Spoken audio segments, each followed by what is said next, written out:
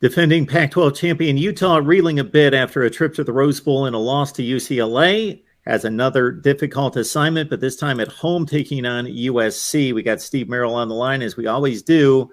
You can catch all of his work at wagertalk.com, and Steve also delivers his under-the-radar selection for us on Patreon. Just go to patreon.com, search MarkRogersTV. You get Steve's under-the-radar selection. He's 5-1 thus far this season against the spread. All right, Steve, USC goes on the road. They're a 3.5-point dog taking on the Utes. Yeah, I do a college football top 25 preview video every week for wagertalk.com on WagerTalk TV. And I've mentioned a few times this year with USC that, this is a team that needs to win by margin. They're kind of on the outside looking in to get into that 4-team playoff.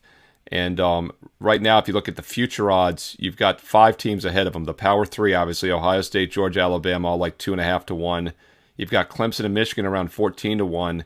And then you've got USC at 20 to 1. So they are still a contender for the national title, but I think they feel like they have to prove something, especially after that narrow win against Oregon State a few weeks ago, in which they had to come from behind to win 17-14. By the way, I had a best bet on Oregon State for my clients, plus the 5.5. So as far as I was concerned, that was a win, even though Oregon State lost on the scoreboard. They covered the point spread. That's what matters.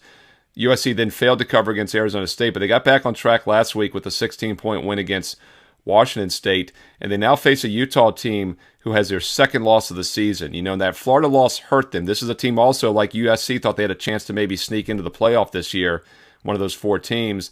The loss against Florida was a big blow in week 1, but it didn't do them in. The loss last week at UCLA did finish their season off from a national title perspective. So I'm always very cautious with teams in this situation, and that's what makes this game kind of tricky, because on the surface, there is some line value with Utah at -3 or less, because my power ratings favor them by 6.5 in this game.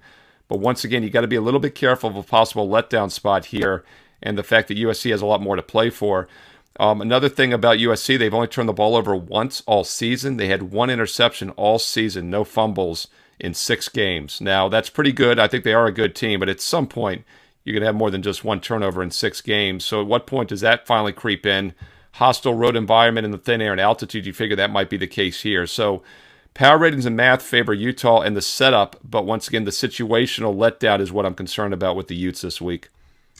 There you have it, folks. But this is just a slice here on our Voice of College Football USC channel. Check out all of Steve's work at wagertalk.com. Not just college football, the NFL, Major League Baseball, the NBA, and of course, Steve's under-the-radar selection. You get that on patreon.com. Search MarkRogersTV. Follow us right there. You get my picks as well, and a Discord where you get a complete college football discussion 24/7, 365.